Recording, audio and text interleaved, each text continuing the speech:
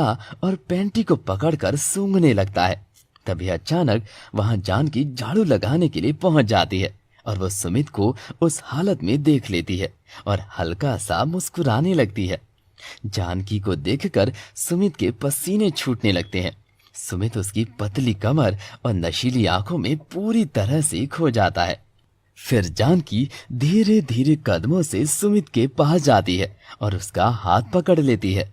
हाथ पकड़ने के बाद जानकी पिता को देखकर हर किसी का मन ललचा जाता था और वो उसके साथ वही सब करने की सोचता था। ऐसा ही कुछ हुआ सुमित के साथ भी। एक दिन सुबह सुबह कामना नहा कर आ रही होती है और अपने बदन पर सिर्फ तौलिया ही लपेट रखा होता है। जैसे ही कामना बालों को सुखाने के लिए हेयर ड्रायर उठाती है, तभी उसके कमरे में सुमित पहुंच जाता है और कामना को उस हालत में देखकर देखता ही रह जाता है। कामना की गुलाबी पंखुड़ी जैसे मीठे होठ, पतली लचकी कमर और उसका निखरता चेहरा, खुले हुए बाल। सुमित कामना को देखते ही एक पल के लिए भूल जाता है कि वो उसकी भाभी है। कामना और सुमित दोनों एक दूसरे को देखते ही रहते हैं। तभी सुमित कमरे का दरवाजा बंद करता है और कामना की तरफ जाता है। कामना की सांसें तेज होने लगती हैं, दिल जोर जोर से धड़कने लगता है। कामना 2 कदम पीछे हटती है। सुमित उसकी आंखों में देखकर उसके पास जाता है और कामना के कमर में हाथ डालता है। तभी कामना हल्की आवाज में बोलती है, देवर जी, आप ये क्या कर रहे हैं? इतने में ही वहां बाहर से सुभाष पहुंच जाता है और कामना को आवाज लगाते हुए बोलता है, कामना बाहर आओ। सुभाष की आवाज सुनते ही सुमित एकदम से होश में आ जाता है और कामना को छोड़ देता है। परंतु कामना सुमित को कमरे से भगा देती है और बेड पर रखी साड़ी को पहनकर बाहर आती है। बाहर आकर देखती है कि सुभाष एक नौकरानी को लेकर आया है। तभी वहां सुमित भी पहुंच जाता है और उसकी नजर उस नौकरानी पर अटक जाती है, क्योंकि नौकरानी इतनी सुंदर होती है कि वो बहुत ही कामुकता से भरी होती है। नौकरानी जानकी हरी साड़ी पहनकर आई होती है और उसके ब्लाउज के ऊपर के 2 बटन खुले होते हैं। तभी सुभाष बताता है कि वो घर में काम करने के लिए नौकरानी को लेकर आया है और आज से वो घर का सारा काम करेगी। ये जानकर कामना भी खुश होती है और सुमित तो कुछ ज्यादा ही खुश हो जाता है। कुछ देर बाद सब अपने अपने कमरे को चले जाते हैं और सुभाष ऑफिस को। सुमित अपने कमरे में होता है। नौकरानी जानकी सुमित के कमरे में जाती है और बोलती है, मालिक साहब, दूध पियोगे? बहुत टेस्टी होता है। इतना कहकर वो अजीब हरकतें करने लगती है। दरवाजे पर चिपक कर खुद को रगड़ने लगती है। तभी जानकी का पल्लू गिर जाता है। सुमित की नजर तो जानकी के ब्लाउज के ऊपर ही अटक कर रह जाती है। इतना सॉलिड फिगर उसने आज से पहले किसी का नहीं देखा था। तभी सुमित जानकी से दूध लाने को बोलता है। कुछ देर बाद जानकी दूध लेकर आती है और सुमित को देती है। दूध देते ही सुमित के हाथ को इतनी कामुकता से छूती है कि सुमित का रोम रोम कांप जाता है।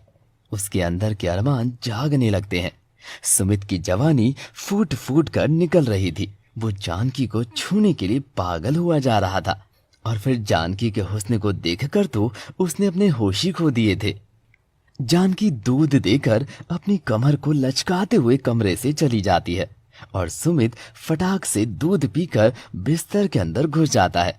कुछ ही देर बाद सारा बिस्तर साइड में फेंक कर सुमित अपनी भाभी के कमरे में जाता है।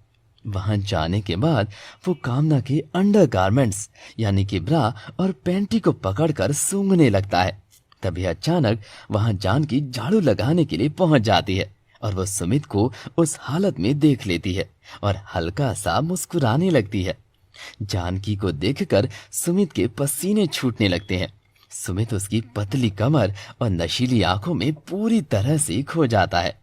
फिर जानकी धीरे धीरे कदमों से सुमित के पास जाती है और उसका हाथ पकड़ लेती है।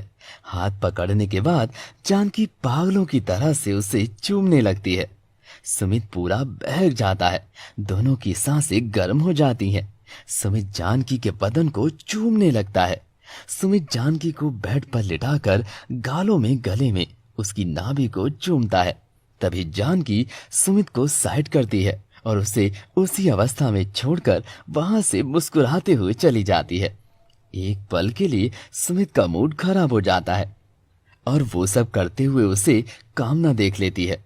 उस समय तो वो कुछ नहीं कहती, लेकिन शाम को जब सुभाष ऑफिस से घर लौटता है तो रात को कामना अपने कमरे पर उसे सब कुछ बताती है कि सुमित और नौकरानी के बीच क्या क्या हुआ था। सुनकर सुभाष को बिल्कुल भी यकीन नहीं आता। तभी कामना अपने बालों की लटों को उंगलियों में फंसाते हुए बोलती है, सुमित जवान होते जा रहे हैं, मुझे लगता है हमें उनकी शादी कर देनी चाहिए, नहीं तो वो जवानी के जोश जोश में कुछ गलत काम न कर दें। सुभाष कामना की बात सुनता है, लेकिन वो सुमित को अभी छोटा है बोलकर बात को टाल देता है और दोनों बिस्तर पर सो जाते हैं। अगली सुबह कामना सुभाष से बोलती है कि वो कुछ दिनों के लिए अपने मायके जा रही है और अब तो सुबह टिफिन पैक करके उसे ऑफिस भेजने की भी चिंता नहीं थी, क्योंकि जानकी घर का सारा काम कर लेती थी। इस तरह कामना सुबह सुबह अपने मायके निकल जाती है। उसे मायके में 5 दिन बीत जाते हैं और वहां सुभाष को कामना की बहुत याद आने लगती है। दिन भर तो ऑफिस में होता, लेकिन घर आकर वो उदास होने लगता था और कामना को फोन करके घर आने को बोलता है।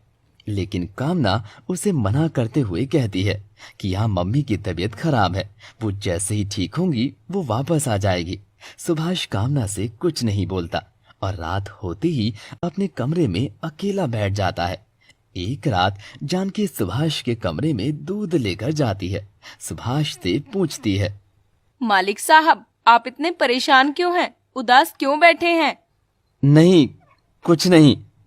अरे मालिक साहब, मेम साहब मायके गई हैं, इसीलिए आप उदास बैठे हैं। मैं कुछ दिनों से रोज देख रही हूँ, आप रात को बड़े तन्हा हो जाते हैं। जानकी सुभाष को यूं ही बातों में लगाते लगाते बेड पर जाकर उसके बगल में बैठ जाती है और उससे उसकी दिल की बातें करने लगती है। दोनों के बीच बातें चलती हैं। कुछ देर में सुभाष उस दूध को पी लेता है।